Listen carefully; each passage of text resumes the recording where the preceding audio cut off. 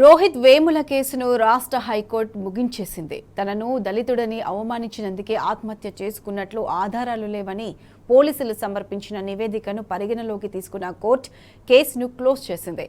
మరోవైపు రోహిత్ వేముల మృతి కేసును పునర్విచారణ చేయాలని డీజీపీ నిర్ణయం తీసుకున్నారు. కేసుపై రోహిత్ తల్లి అనుమానం వ్యక్తం చేయడం, విద్యార్థుల ఆందోళన నేపథ్యంలో నిర్ణయం తీసుకున్నారు.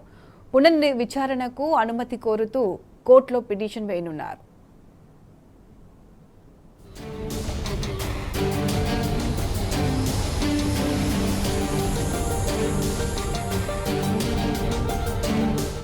రోహిత్ వేములను దళితుడని అవమానించినందుకే ఆత్మహత్య చేసుకున్నట్లు ఆధారాలు లేవని గచ్చిబౌలి పోలీసులు హైకోర్టుకు నివేదించారు. ఈ నివేదికను పరిగణలోనికి తీసుకున్న హైకోర్టు పిటిషన్పై విచారణను ముగించేసింది. గచ్చిబౌలి పిఎస్ లో నమోదైన ఎఫ్ఐఆర్ ను కొట్టేయాలని హెచ్సియు మాజీ వీసీ అప్పారావు 2016లో హైకోర్టులో పిటిషన్ దాఖలు చేశారు. దీంతో హైకోర్టు పోలీసులతో పాటు ఫిర్యాదుదారుడికి నోటీసులు జారీ చేసింది. గచ్చిబౌలి పోలీసులు ఈ నెల 2వ తేదీన హైకోర్టుకు నివేదిక సమర్పించారు. రోహిత్ వేములను దళితుడని వేధించినందుకే ఆత్మహత్య చేసుకున్నట్లు ప్రశాంత్ అనే పీహెచ్డీ విద్యార్థి ఫిర్యాదు చేశాడని తెలిపారు.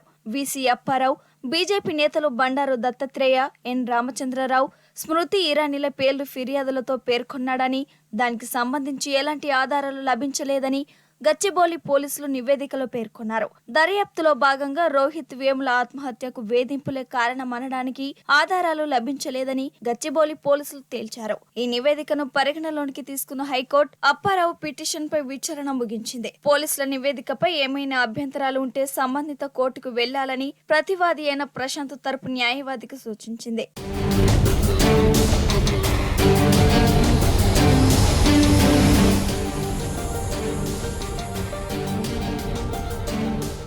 రోహిత్ వేములకు న్యాయం చేయాలంటూ హెచ్సియులో విద్యార్థులు ఆందోళన చేపట్టారు. వర్సిటీకి విద్యార్థులు భారీగా చేరుకోవడంతో పోలీసులు అప్రమత్తమయ్యారు. ఉద్రిక్తతలు చోటు చేసుకోకుండా మోహరించారు. విద్యార్థుల ఆందోళన నేపథ్యంలో రోహిత్ వేముల మృతి కేసును పునర్విచారణ చేయాలని డీజీపీ నిర్ణయం తీసుకున్నారు. కేసుపై రోహిత్ తల్లి అనుమానం వ్యక్తం చేయడం, విద్యార్థుల నిరసనలు చేపట్టడంతో ఈ నిర్ణయం తీసుకున్నారు. పునర్విచారణకు అనుమతి కోరుతూ కోర్టులో పిటిషన్ వేయనున్నారు. 2016 జనవరి 17న హెచ్సియులో రోహిత్ వేముల ఆత్మహత్య చేసుకున్నాడు. యూనివర్సిటీ అధికారులు, ఇతర విద్యార్థి సంఘాల వేధింపుల కారణంగానే రోహిత్ ఆత్మహత్యకు పాల్పడ్డాడని దళిత సంఘాలు దేశవ్యాప్తంగా ఉద్యమించాయి. విద్యా సంస్థల్లో దళిత విద్యార్థుల హక్కుల పరిరక్షణ కోసం రోహిత్ చట్టం రూపొందించాలని డిమాండ్ చేశారు.